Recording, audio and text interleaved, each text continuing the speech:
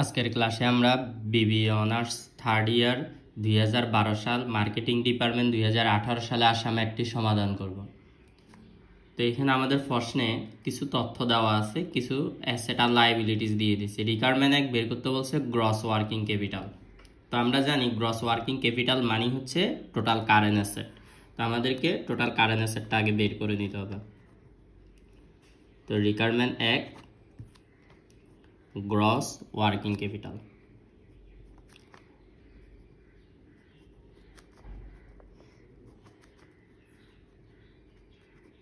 তো gross working capital মানে হচ্ছে কারেন্ট অ্যাসেট। তো এখন আমাদেরকে কারেন্ট অ্যাসেটগুলো লিখতে হবে। এখানে দেখতে হবে প্রশ্নে কি কি কারেন্ট অ্যাসেট আছে। তো মার্চেন্ডাইজ ইনভেন্টরি এটা কারেন্ট অ্যাসেট মানে চলতি সম্পদ।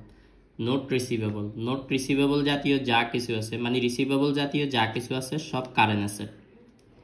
Cash current asset.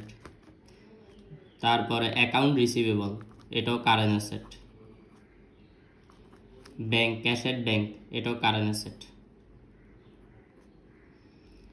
এরপর আমাদের আর নাই, এখন এই টাকাগুলো অ্যামাউন্টগুলো আমরা বসাবো। তো মার্চেন্ডাইজ ইনভেন্টরিতে টাকা লেখা আছে 1,20,000 টাকা। নোট রিসিভেবল 30,000 টাকা। ক্যাশ ইন হ্যান্ড 45,000 টাকা। অ্যাকাউন্ট রিসিভেবল 60,000 টাকা। ক্যাশের ব্যাংক 90,000 টাকা।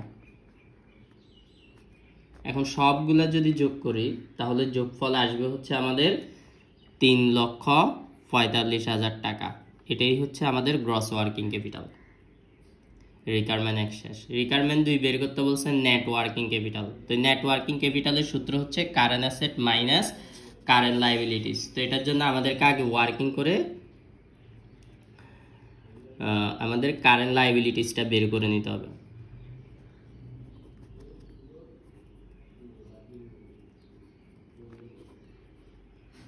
তো কারেন্ট লায়াবিলিটিস এখানে প্রশ্নে কি কি আছে আমরা যদি খুঁজি, নোটস পেবল জাতীয় যা কিছু আছে সব চলতি দেয় মানে current liabilities. Notes payable, accurate payable মানে বকেয়া খরচ বকেয়া থাকলে সেটা চলতি দেয়,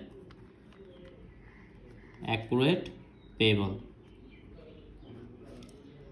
তারপরে হচ্ছে আমাদের অ্যাকুরেট এক্সপেন্স। এখানে লাইনটা একটু ভুল হয়ে গেছে, দাঁড়াও, এটা এই যে অ্যাকুরেট পেবল এই অ্যাকাউন্টসটা উপরে যাবে আর অ্যাকুরেটটা নিচে যাবে, এটা তার মানে প্রথমটা অ্যাকাউন্টস পেবল হবে, অ্যাকাউন্টস পেবল। এরপরেরটা হবে অ্যাকুরেট পেবল মানে বকেয়া খরচ, অ্যাকুরেট পেবল। এরপরে কোনো খরচ যদি অগ্রিম থাকে সেটাও চলতি দেয়। আনআর্ন জাতীয় যা কিছু আছে সব চলতি দেয় হবে। আনআর্ন রেভিনিউ মানে অনুপার্জিত আয় চলতি দেয়।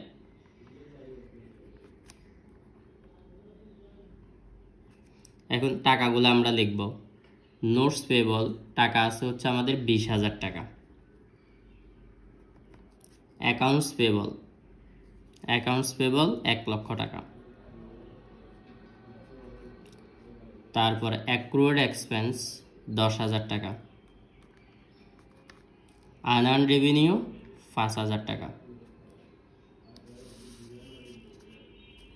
তো সবগুলা টোটাল করব। তো টোটাল করলে আমাদের অ্যামাউন্ট আসবে 1,35,000 টাকা।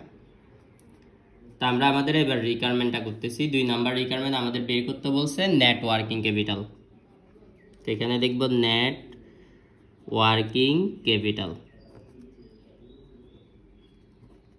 তো এটা সূত্র current asset minus current liabilities. তো আমরা কারেন্ট অ্যাসেট রিকোয়ারমেন্ট এতে করছিলাম মানে গ্রস ওয়ার্কিং ক্যাপিটাল মানে টোটাল কারেন্ট অ্যাসেট। তো এটার অ্যামাউন্ট আমরা বের করছি হচ্ছে 3,45,000 টাকা। আর কারেন্ট লায়াবিলিটিস হচ্ছে 1,35,000 টাকা। তো বিয়োগ করে দেব। এখন বিয়োগ করলে তা আসবে হচ্ছে আমাদের 2,10,000 টাকা।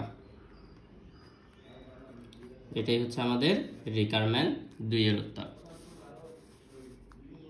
এবার রিকোয়ারমেন্ট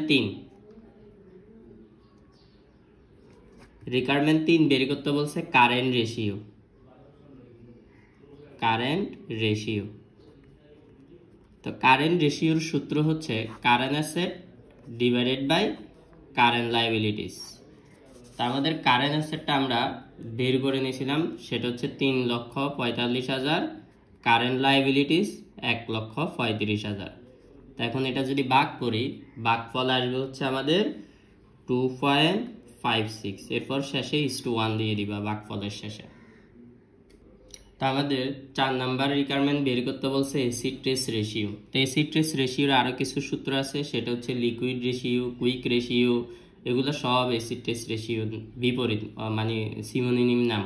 মানে এটা অ্যাসিড টেস্ট রেশিও থাকতে পারে, লিকুইড রেশিও নামে থাকতে পারে, তারপরে তোমার অ্যাসিড টেস্ট রেশিও নামও থাকতে পারে। তো এটা সূত্র হচ্ছে current asset minus prepaid expense minus inventory divided by current liabilities minus bank overdraft. তো আমাদের কারেন্ট অ্যাসেট বের করা আছে, কারেন্ট অ্যাসেট হচ্ছে আমাদের 3,45,000 টাকা। এটা থেকে প্রিপেড এক্সপেন্স বাদ যাবে।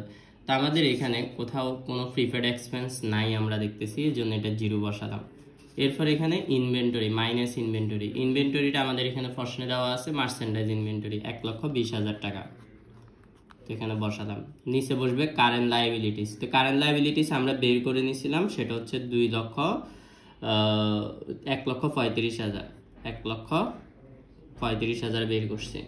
এবার এটা থেকে ব্যাংক ওভারড্রাফট বিয়োগ যাবে, আমাদের এখানে কোথাও কোনো ব্যাংক ওভারড্রাফট নাই, মানে 0। তো এখন এটা আমরা ক্যালকুলেশন করলে আমরা উপরে 3,45,000 থেকে 1,20,000 বিয়োগ দিলে এটা আসবে 2,25,000, আর নিচে থাকবে 1,35,000। এবার এটা যদি ভাগ করো, ভাগফল আসবে 1.67, এরপর শেষে /1 দিয়ে দিবা। এটি হচ্ছে আমাদের অ্যাসিড টেস্ট রেশিওর অনুপাত। তা আশা করি তোমরা সবাই বুঝতে পারছো।